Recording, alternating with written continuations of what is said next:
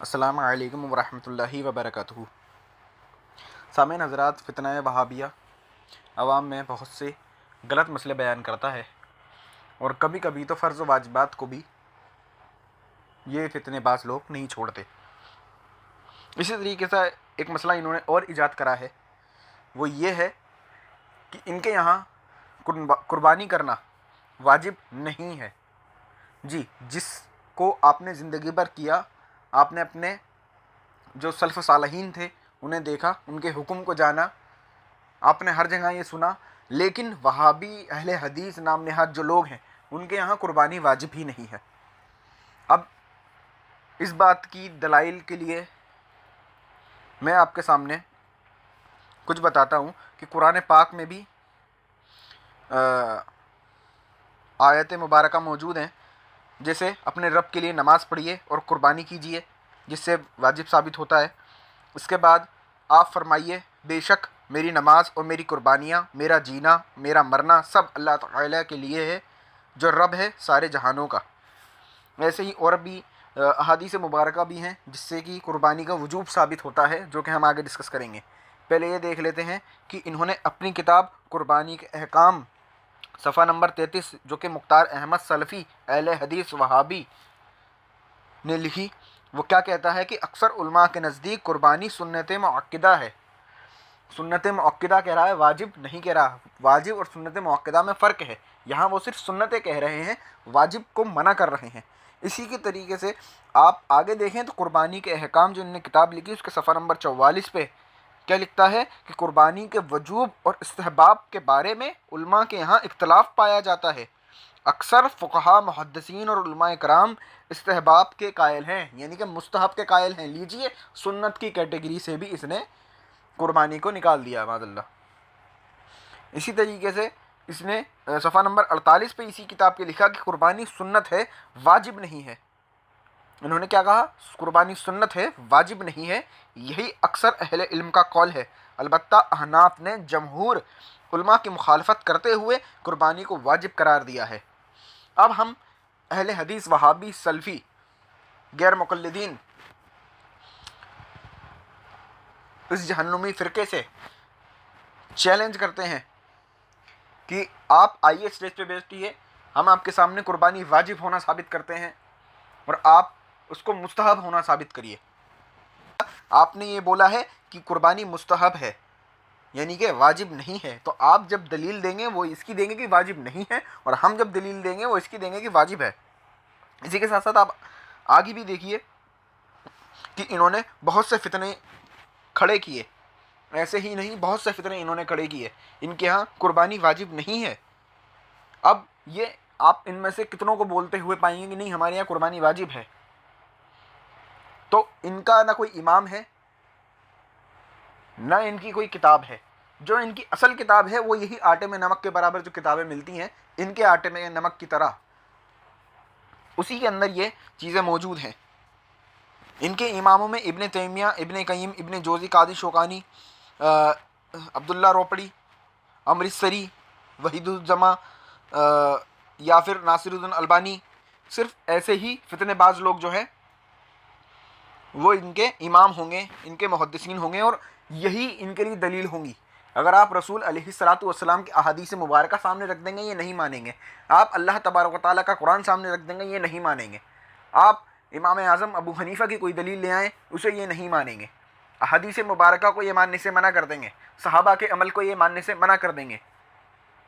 اب تک چلتے آنے والے مسئلے میں جس میں اس امت کا اجماع ہو گیا ہے، اس تک کو یہ منع کر دیں گے، لیکن ان کے جو یہ امام ہیں ان کی بات ضرور مانتے ہیں، چاہے وہ ناصر الدین البانی ہو، یا زبیر علی زئی ہو، یا وحید الزما ہو، یا نذیر حسین ہو، یا پھر ثناء اللہ امرتسری ہو، یا رئیس احمد ندوی ہو، ایسے کر کے ان کے جو صدیق حسن کا بوبالی ہو، ایسے کر کے جتنے بھی یہ ان کے فتنے باز امام ہیں جو پیسے کے لیے سرکاری انگلش گورنمنٹ کے ہاتھوں بک گئے، ان کو تو یہ اپنا پیشوا اور مقتدی مان لیں گے، پر رسول اعظم کو یہ پیشوا اور مقتدی صرف آپ کو بہکانے کے لیے، آپ کو دین سے نکالنے کے لیے، آپ کو مسلمان سے چھوڑ کے منافق مرتد بنانے کے لیے، معاذ اللہ، یہ کہہ دیں گے کہ ہم رسول اعظم کو رسول اعظم مانتے ہیں، ایسا نہیں ہے.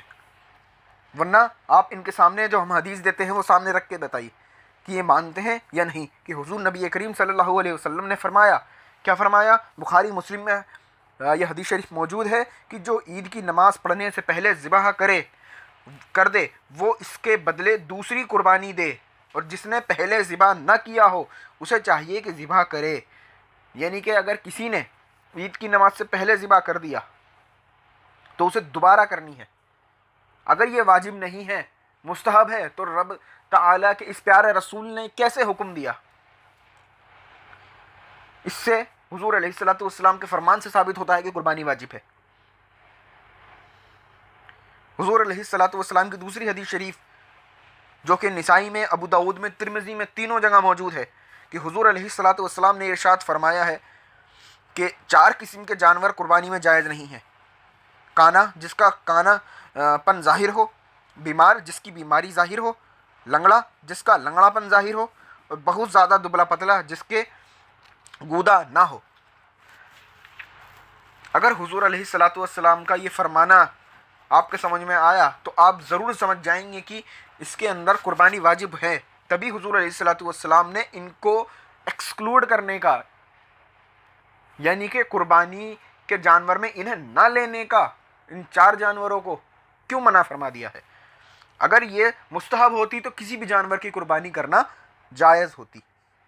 اسی طریقے سے تیسری حدیث شریف جو کہ ابن ماجہ، مسند احمد اور مستدرک للحاکم میں موجود ہے، وہ کیا ہے کہ حضور علیہ الصلوۃ والسلام کا فرمان ہے کہ جو وسعت کے باوجود قربانی نہ کرے، یعنی کہ استطاعت ہے اس کے پاس لیکن پھر بھی اس نے قربانی نہیں کری، یعنی کہ یہ وعید بیان ہو رہی ہے، تو آپ نے فرمایا وہ ہمارے مصلی یعنی کہ عیدگاہ کے قریب نہ آئے. اب اس حدیث سے بھی قربانی کا واجب ہونا ثابت ہوتا ہے. اگر یہ مستحب ہوتا تو اس کے چھوڑنے پر وعید ہوتی ہی نہیں. اس کے چھوڑنے پر وعید ہے، اسی لیے یہ واجب ہے. جو چیز واجب ہوتی ہے اس کے چھوڑنے پر وعید ہوتی ہے، مستحب چیز کو چھوڑنے پہ وعید نہیں ہوتی. بہت سی چیزیں مستحب ہیں. ختم بخاری مستحب ہے، اس کو چھوڑ دو گے، نہیں کرو گے ختم بخاری تو آپ پہ فتویٰ نہیں لگے گا، آپ پہ وعید نہیں ہے. لیکن اب نماز ہے، نماز آپ چھوڑو گے آپ پہ وعید لازم آ جائے گی. تو آپ یہ دیکھیے کہ غیر مقلدین کے یہاں قربانی جو ہے واجب نہیں ہے، اور ان کو اصل میں حکم نہیں پتہ. ان کے ایک سے پوچھیے گا کہے گا فرض ہے، دوسرے سے پوچھیے گا کہے گا واجب ہے، تیسرے سے پوچھیے گا کہے گا سنت مؤکدہ ہے، چوتھے سے پوچھیے گا کہے گا سنت غیر مؤکدہ ہے، 5ویں سے کہیے گا وہ کہے گا صرف ایسے ہی سنت ہے، 6ٹھے سے کہیے گا وہ کہے گا مستحب ہے، 7ویں سے کہیے گا کہ صرف جائز ہے. ان کے یہاں ہر قسم کے مسئلے پائے جائیں گے. کیوں؟ کیونکہ یہ رسول علیہ الصلوۃ والسلام کے دین پر نہیں ہے. اگر رسول علیہ الصلوۃ والسلام کے دین پر ہوتے تو رسول علیہ الصلوۃ والسلام کا فرمانا جو ہے وہی دلیل سب کے لیے بنتا، جیسے اہل سنت و جماعت حنفی بریلوی مسلک میں ہے. السلام علیکم ورحمۃ اللہ وبرکاتہ.